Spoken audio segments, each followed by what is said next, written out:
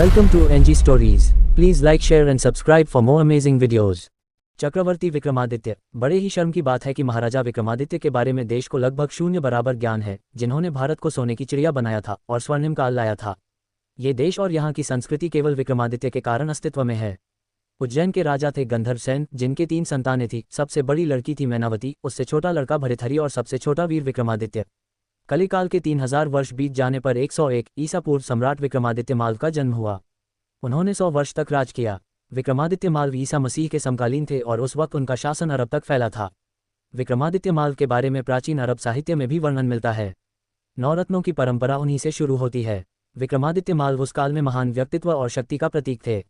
विक्रमादित्य का शासन अरब और मिस्र तक फैला था और संपूर्ण धरती के लोग उनके नाम से परिचित थे। विक्रमादित्य भारत की प्राचीन नगरी उज्जैनी के राज सिंहासन पर बैठे। विक्रमादित्य माल्व अपने ज्ञान, वीरता और उदारशीलता के लिए प्रसिद्ध थे, जिनके दरबार में नवरत्न रहते थे। कहा जाता है कि विक्रमादित्य बड़े पराक्रमी थे और उन्होंने शकों को परास्त किया था। देश में अनेक विद्वान ऐसे हुए हैं जो विक्रम संवत को उज्जैन के राजा विक्रमादित्य माल्व द्वारा ही प्रवर्तित मानते हैं। इसके अनुसार विक्रमादित्य माल्व ने 3044 कले अर्थात 57 ईसा पूर्व विक्रम संवत चलाया। नेपाली राजवंशावली अनुसार नेपाल के राजा अंशुवर्मन के समय ईसा पूर्व पहली शताब्दी में उज्जैन के राजा विक्रमादित्य माल्व के नेपाल आने का उल्लेख मिलता है।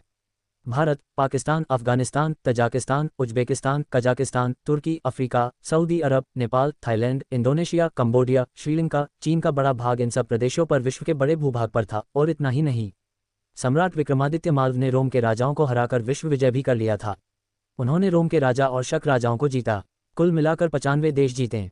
आज भारत में प्रजातंत्र है, लेकिन भारत में शांति नहीं है। लेकिन इस प्रजातंत्र की नींव डालने की शुरुआत ही खुद महान राजा विक्रमादित्य ने की थी। विक्रमादित्य की सेना का सेनापति प्रजा चुनती थी। वह प्रजा द्वारा चुना हुआ धर्माध्यक्ष होता था। प्रजा द्वारा अभिषिक्त निर्णायक होता था। आज के समय में अमेरिका और रूस के राष्ट्रपति की जो शक्ति है, वही शक्ति महाराज विक्रमादित्य माल्व के सेनापति की होती थी। लेकिन ये सब भी अपना परम वीर विक्रम को ही मानते थे। महाराज विक्रम ने भी अपने आप को शासक नहीं, प्रजा का सेवक मात्र घोषित कर रखा था। महाराज विक्रम बहुत ही शूरवीर और दानी थे। शुंग वंश के बाद पंजाब के रास्ते से शकों ने भारत को तहस नहस कर दिया था, लेकिन वीर विक्रम ने इन शकों को पंजाब के रास्ते से ही वापस भगाया। पुष्यमित्र शुंग की मृत्यु के बाद जो भारतीय असंगठित होकर शकों का शिकार हो रहे थे, उन भारतीय को जीवन मंत्र देकर महाराज विक्रम ने विजय का शंख फूंककर पूरे भारत को संगठित कर दिया। महाराजा वीर विक्रम जमीन पर सोते थे, अल्पाहार लेते थे। वे केवल योगबल पर अपने शरीर को वज्र सा मजबूत बनाकर रखते थे।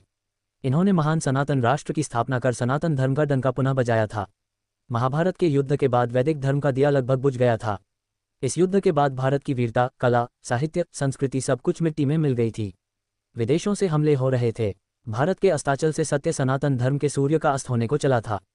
प्रजा दुखी थी। विदेशी शक, खून, कुषाण शासकों के आक्रमणों से त्राही त्राही मची थी। ऐसे महान विपत्तिकाल में धर्म गौ ब्राह्मण हितार्थाय की कहानी को चरितार्थ करने वाला, प्रजा की रक्षा करने वाला, सत्य तथा धर्म का प्रचारक वीर पराक्रमी विक्रम माल्व पैदा हुए। इनके पराक्रम का अंदाजा इस बात से लगा सकते हैं कि जावा सुमात्रा तक के सुदूर देशों तक इन्होंने अपने सेनापति नियुक्त कर रखे थे। उत्तर पश्चिमी शकों का मानमर्दन करने के लिए मुल्तान के पास जागरूर नाम की जगह पर महाराज विक्रम और शकों का भयानक युद्ध हुआ। विशेषकर राजपुताना के उत्तर पश्चिमी राज्य में शकों ने उत्पात मचा रखा था। मुल्तान में विक्रम की सेना से परास्त होकर शक जंगलों में भाग गए। उसके बाद इन्होंने फिर कभी आंख उठाने की हिम्मत नहीं की, लेकिन उनकी संतान जरूर फिर से आती रही।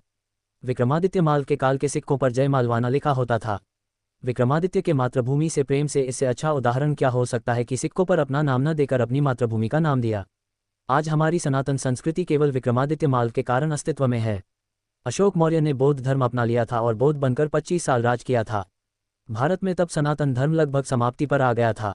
जब रामायण और महाभारत जैसे ग्रंथ खो गए थे, महाराज विक्रम ने ही पुनः उनकी खोज करवाकर स्थापित किया। विष्णु और शिव जी के मंदिर बनवाए और सनातन धर्म को बचाया।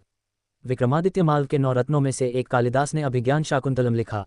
महाराज विक्रमादित्य माल्व ने केवल धर्म ही नहीं बचाया, बल्कि उन्होंने देश को आर्थिक तौर पर सोने की चिड़िया बनाया। उनके राज को ही भारत का स्वर्णिम राज कहा जाता है।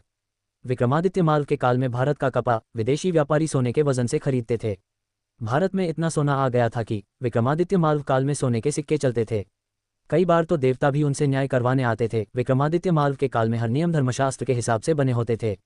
न्याय, राज सब धर्मशास्त्र के नियमों पर चलता था। विक्रमादित्य माल्व का काल प्रभु श्रीराम के राज के बाद सर्वश्रेष्ठ माना गया है, जहां प्रजा धनी और धर्म पर चलने वाली थी।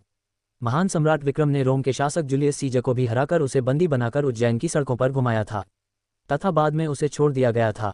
विक्रमादित्य के काल में दुनिया भर के ज्योतिर्लिंगों के स्थान का जीर्णोद्धार किया गया था। कर्क रेखा पर निर्मित ज्योतिर्लिंगों में प्रमुख रूप से थे मुक्तेश्वर, गुजरात के सोमनाथ, उज्जैन के महाकालेश्वर और काशी के विश्वनाथ बाबा। कर्क रेखा के आसपास 108 शिवलिंगों की गणना की गई है। विक्रमादित्य माल ने नेपाल के पशुपतिनाथ, केदारनाथ और बद्रीनाथ मंदिरों को फिर से बनवाया था। इन मंदिरों को बनवाने के लिए उन्होंने मौसम वैज्ञानिकों, खगोलविदों और वास्तुविदों की भरपूर मदद ली। विक्रमादित्य माल के समय ज्योतिषाचार्य मिहिर, महान कवि कालिदास थे। पर बड़े दुख की बात है कि भारत के सबसे महानतम राजा के बारे में अंग्रेजी मानसिकता के गुलाम शासकों के शासनकाल में लिखित इतिहास भारत की जनता को शून्य ज्ञान देता है। जबकि कुतुब मीनार राजा विक्रमादित्य द्वारा बनवाया गया हिंदू नक्षत्र निरीक्षण केंद्र है। विक्रमादित्य तो एक उदाहरण मात्र है, भारत का पुराना अतीत इसी तरह के शौर्य से भरा हुआ है। भारत पर विदेशी शासकों के द्वारा लगातार राज्य शासन के बावजूद निरंतर चले भारतीय संघर्ष के लिए यही शौर्य प्रेरणाएं जिम्मेदार हैं।